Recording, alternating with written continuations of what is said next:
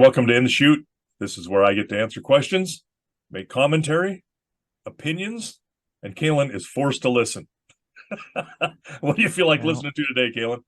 buying new bowls. There's always a process. There's stuff we go through. We've shared it before, but I want to, like we've done in the most recent past, explaining the direct to consumer process from how we said the calf to the plate, so to speak. You know, how did it grow up? How was it processed? How was it produced and wrapped up and given to the consumer to then eat and put on their grill and then have it on their plate at the end of the day.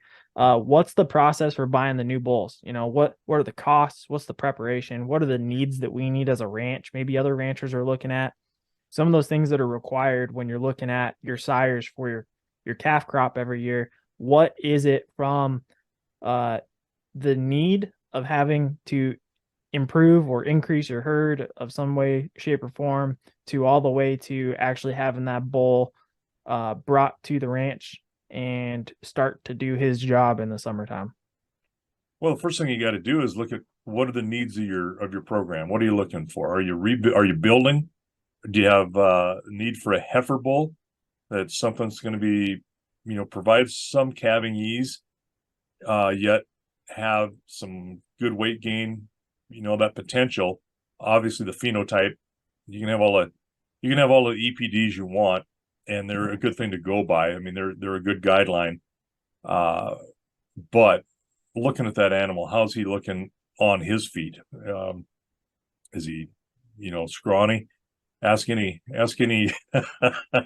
young young gal at the bar that are young and single. Are they picking up the scrawny little math nerds, or are they going with the big strapping fellas that are more like the football players? And that poor little scrappy math guy, unless he's got a hell of a sense of humor, he probably comes in second. And you're kind of looking at the same thing for your heifers and your cows. What is that? What are you going to get for an offspring? And so doing that search, if you're looking to maintain a cow herd and grow some larger cattle, after that initial, birthing of that first year for those heifers, then, you can go with something that's got a little bit higher birth weight, a little bit bigger animal overall, so that you can have that higher weaning weight later on in the year, and that growth spurt, and then that yearling weight is good for showing how big they are when they're going to go to a backgrounder and get some weight on them, especially the steers, and then get into the food chain after they hit 1,000 pounds or so, and then go to a feedlot. But so it depends on what you want to do. Now, like right now, we've got our heifer bulls, and we sold some bulls this fall, or this last fall, and haven't wintered them. So we're going to be looking for one or two bulls this spring. And I think we're probably going to be able to do this with one. We've had to cut our cow herd down a little bit because of the drought and the cost of hay. I mean, we're headed towards going out of business, and so we've got to make some adjustments so that we don't, so we can kind of recover if at all possible. And you look at the sky every day, and you look at the ground, and you pray for rain, and you've overgrazed your ground that you've got, and you've had grasshoppers come through, so you have to make adjustments for that. There's nothing else you can do. So it's about making the cows, what they do produce, with what you got, better and bigger, and buying a couple of bulls that will fit that for us now, with no replacement heifers. We didn't keep any replacement heifers this last fall.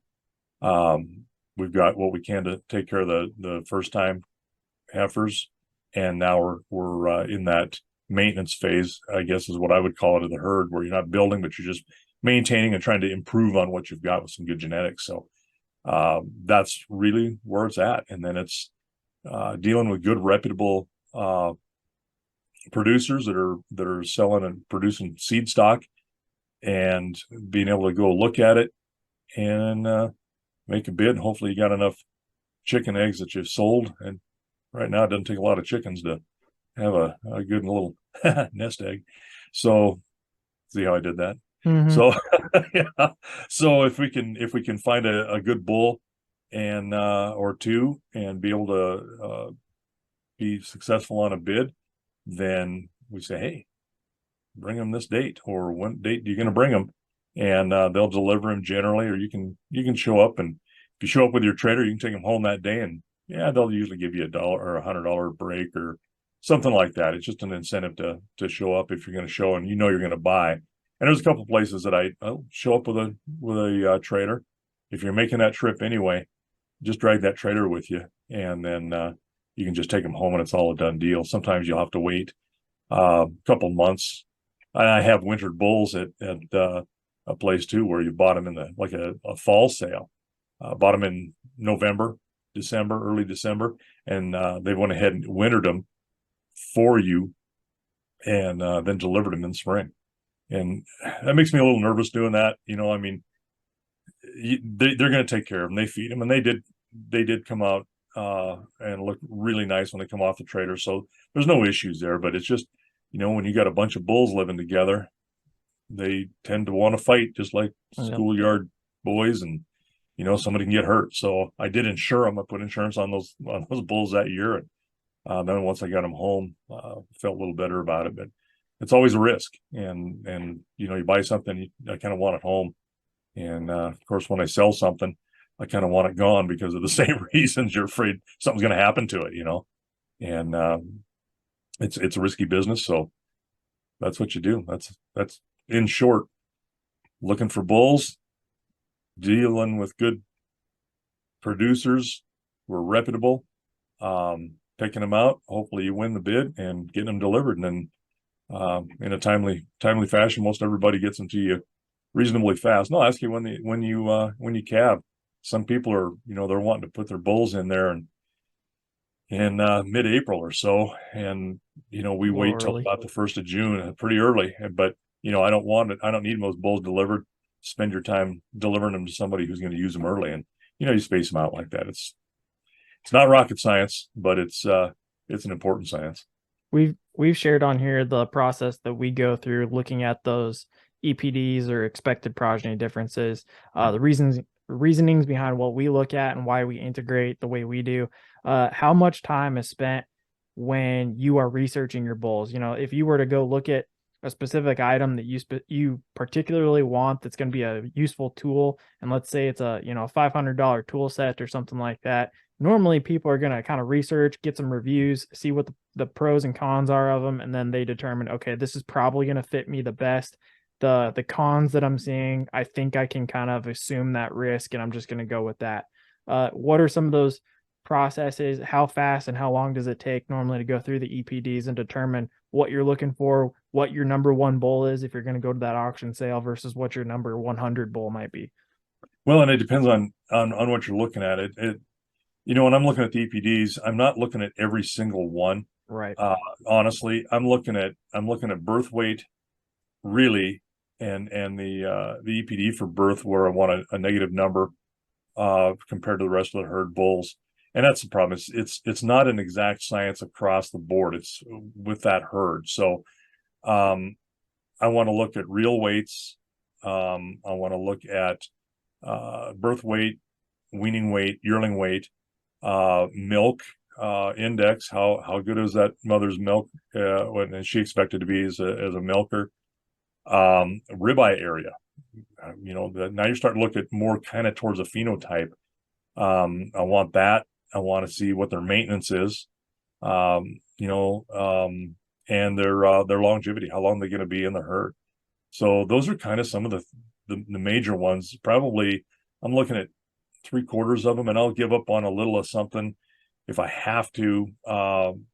If I see some, if I get a little higher maintenance, but this thing has got a phenomenal weaning weight, you can make that up. That's a little bit that, and especially if you're building steers, if you're looking to replace with heifers, you kind of want to hit that middle of both, but you can start building cows that are too big and inefficient, and we've done that, and I kind of pared some of those back, but as long as that calf is raised and you're looking at half the body weight of the cow, roughly, you're good. How much is too much to spend? And I was reminded of this. Your mom reminded me of this. She ran across something and it said, "How much do you spend on bulls?" And it's roughly, the max out there is about 5 times what your what your calf would bring at market. So if you're making $1,000 on a steer, then you're up there around 5,000 on your bull for max. Kind of a good rule of thumb. It's always been that way, and I've always kind of forgot about that because I'm still trying to buy my bulls as cheap as I can, Yeah. and I've gotten pretty lucky, and I've gotten some $2,000, $2,500 bulls, and done very, very well. Got very lucky with them, and then there's other times I've spent $5,800 on a bull, and then you pray every day that nothing's going to go wrong with this bull, and Right. so yeah. Now the last thing with that, Everything well, and one thing you want to do is most producers do fertility tests on these bulls, so right, that's that's a plus. right. The other thing too is there's an option to do this all virtually when you're bidding or Yeah, be there in person. A lot of the times we like to go in person because then you can see that bull physically, because what you're getting on the EPDs and what you're getting on video, it could be a good day or it could be a bad day for that videoing, just like anybody else. Just something happened. Hey, maybe he got kicked and he's limping around a little bit for a couple of days, but then he's fine. Or vice versa. Maybe he looks fine and he did get kicked and he's actually got a pretty serious injury and he's not going to be good. What's some ways when you go do that virtual? Because physical is easy. You can look, you can check, you can make your determinations, look at the EPDs, cross reference to what you're physically seeing and say, yep, this is good. Or you know what, I'm going to cut her loose. It's not worth the risk. yeah.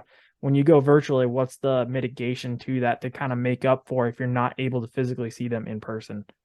Well, and that's kind of getting back to answering your initial question. If I've got 100 bulls to look at and I'm looking at the EPDs, I can spend a couple hours Right. going through those easily, and I'm making a list and I'm looking at some of the prime things that if I've got a birth weight of 105 on a EPD on a bull, and I'm looking for a heifer bull, I'm not even going to look at it.